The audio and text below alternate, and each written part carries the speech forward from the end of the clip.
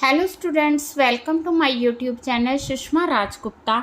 हम लोग कर रहे हैं BCom third semester banking and insurance, जिसमें आज हम करने जा रहे हैं कंसेप्ट ऑफ ई बैंकिंग, नया चैप्टर। चलिए शुरू करते हैं।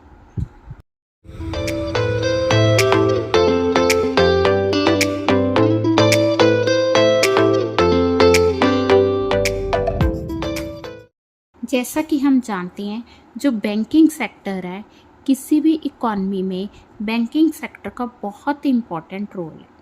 ठीक है। सो प्रोडक्टिविटी इन्हांस करने के लिए, इनोवेटिव प्रोडक्ट्स लाने के लिए, स्पीडी ट्रांजैक्शंस के लिए, इंपोर्ट एक्सपोर्ट के लिए हमें क्या ज़रूरत है? बैंकिंग सेक्टर की डेवलप होने की ज़रूरत है। ठीक है। तो बैंकिंग सेक्टर में इमर्जिंग ट्रेंड्स आ भी रहे हैं।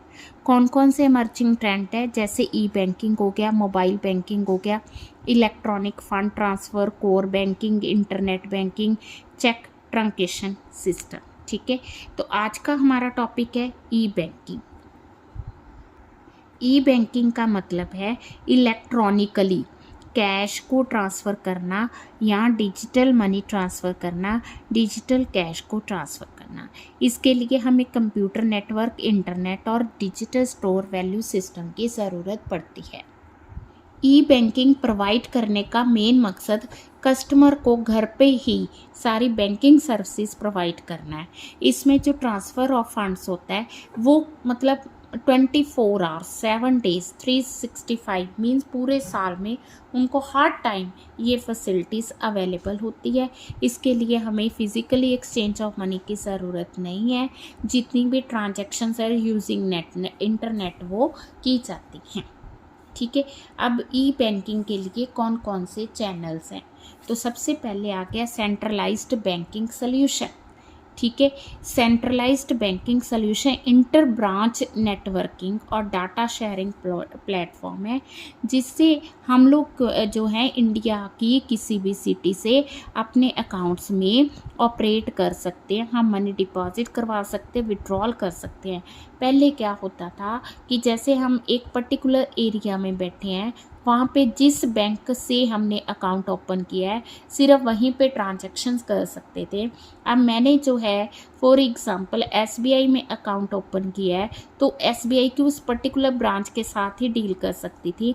अब मैं एसबीआई के लुधियाना में, चंडीगढ़ में, कहीं भी, ठीक है, दिल्ली में, वहाँ की ब्रांच जहाँ भी अवेलेबल होगी वहाँ जाके मैं अपने अकाउंट को ऑपरेट कर सकती हूँ। ये सेंट्रलाइज्ड बैंकिंग सॉल्यूशन है। देन आ गया एटीएम, ऑटोमेटेड टेलर मशीन। ठीक है। ये भी बैंकिंग एक्टिविटीज़ के लिए, जैसे डिपॉजिट एक्सेप्ट करने के लिए, विड्रॉल ऑफ मनी के लिए, ट्रांसफ़र ऑफ मनी के लिए यूज़ की जाती है। इसके लिए हमें किसी एजेंट की या बैंकिंग एम्प्लॉय की ज़रूरत नहीं होती है। ठीक है। तो बैंक हमें इसके लिए एटीएम कार्ड इशू करता है। ठीक है। तो एटीएम कार्ड से हम एटीएम की सारी फैसिलिटीज़ जो है ले सकते हैं। ठीक है। हम लोग उस कार्ड को एटीएम मशीन में जो है फीड करते हैं। फीड करने के बाद हम लोग वहाँ पे मनी डिपॉजिट भी कर सकते हैं, विड्रॉल भी कर सकते हैं। ठीक है। वो जो एटीएम कार्ड होता है उस पर एक मैग्नेटिक स्ट्रिप लगी होती है, तो मशीन जो है उस मैग्नेटिक स्ट्रिप को रीड करती है और उसके बाद वो पिन की डिमांड करती है और उसके बाद हमारे पास ऑप्शन आती है whether to withdraw the money, deposit the money, transfer और वेरीफाई। कस्टमर जो है उस पर जो भी उसने मतलब डिज़ायर्ड बटन है, अगर मनी डिपॉजिट करवानी है तो वो डिपॉजिट बटन को प्रेस करता है, अगर विड्रॉ करानी है तो विड्रॉल को प्रेस करता है। ठीक है। तो एटीएम जो है कंप्यूटर सिस्टम के साथ कनेक्टेड होता है। जो भी आप मीन्स बटन प्रेस करते हो उसके अकॉर्डिंग, आपकी डिमांड के अकॉर्डिंग वहाँ पे जो है वर्क किया जाता है। ठीक है। तो ई बैंकिंग की इसेंशियल एलिमेंट्स क्या हैं? सेंट्रलाइज्ड बैंकिंग सॉल्यूशन है, ऑनलाइन टैक्स पेमेंट ई बैंकिंग का पार्ट है, कारपोरेट इंटरनेट बैंकिंग है, online shopping is a part of E banking, retail internet banking, E money, debit card, online bill payment. ठीक है। आगे क्या था कि हमने इलेक्ट्रिसिटी बिल पे करना है तो हमें वहाँ ऑफिस में जाके लाइंस में खड़े होना पड़ता था। अब हम जो है ऑनलाइन बिल पे कर सकते हैं। क्लियरिंग सर्विसेज, ऑनलाइन ट्रेडिंग कर सकते हैं, अकाउंट्स की इंक्वायरी कि हमारे बैंक अकाउंट में कितना बैलेंस है या कौन कौन सी ट्रांजैक्शंस हुई हैं, तो फंड ट्रांसफ़र तो कर ही सकते हैं। स्टेटमेंट ऑफ अकाउंट भी अब हमें फिज़िकली लेने की ज़रूरत नहीं है, ई बैंकिंग के थ्रू हम स्टेटमेंट ऑफ अकाउंट्स ले सकते हैं। अगर हम देखें कि इसके फ़ायदे क्या है, सबसे बड़ा फ़ायदा तो राउंड द क्लॉक बैंकिंग है। तो मैं बता रही थी एक दिन क्लास में भी कि पहले क्या होता था कि जैसे बैंक में कोई छुट्टियां आ गई, सैटरडे की छुट्टी आ गई या दिवाली दशहरा की छुट्टी आ गई, 3 दिन जो है बैंक बंद था, तो 3 दिन के लिए हम कोई बैंकिंग ट्रांजैक्शन नहीं कर सकते थे। हमें प्री प्लान करना पड़ता था कि 3 दिन बैंक बंद रहेगा, तो जाके बैंक के जो भी काम है वो पहले कर लो, या उसको अगर पेंडिंग कर सकते हैं तो 3 छुट्टियों के बाद उसको करेंगे।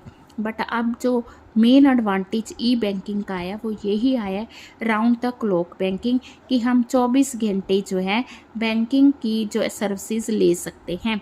कन्वीनियंट है, हमें ब्रांच में विज़िट करने की ज़रूरत नहीं है, तो हम ऑनलाइन जो है वर्किंग कर सकते हैं। इससे ऑब्वियस है कि हमें ऑपरेटिंग कॉस्ट कम पड़ेगी। ये जो सर्विसेज हैं प्रॉफिटेबल सर्विसेज हैं, ठीक है जी। प्रॉफिटेबल इस तरह से है क्योंकि कई क्वालिटी सर्विसेज जैसे ऑनलाइन शॉपिंग होगी, ऑनलाइन टैक्स पेमेंट होगी, ऑनलाइन रेलवे रिजर्वेशन होगी, तो सारी सर्विसेज हमारे लिए फ़ायदेमंद है।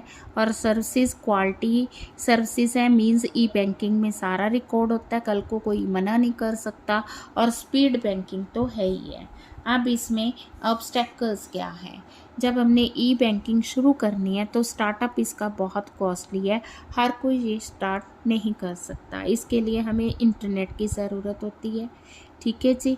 Then training and maintenance, e banking के लिए हमें स्पोर्टिव इन्वायरमेंट चाहिए, क्वालिफाइड स्टाफ होना ज़रूरी है। अगर ये हमें स्टाफ क्वालिफाइड नहीं है, या हमारे पास इन्वायरमेंट अच्छा नहीं है, या इक्विपमेंट अच्छे नहीं है, तो फिर ई बैंकिंग सक्सेसफुल नहीं होगी।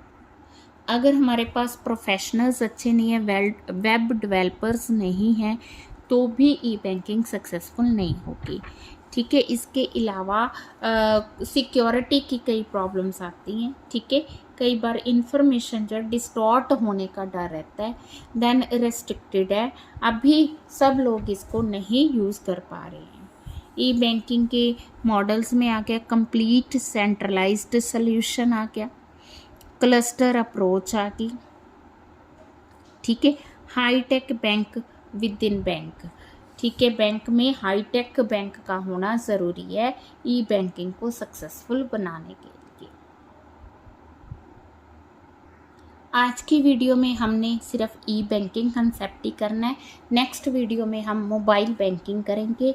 वीडियो अच्छी लगी वीडियो को लाइक करें, चैनल को अभी तक नहीं सब्सक्राइब किया ज़रूर सब्सक्राइब करें, ज़्यादा से ज़्यादा वीडियोस को शेयर करें। अगर ऑनलाइन पेड कोचिंग लेना चाहते हैं तो आप मुझे इस नंबर पर कांटेक्ट करें। Thank you. हमेशा खुश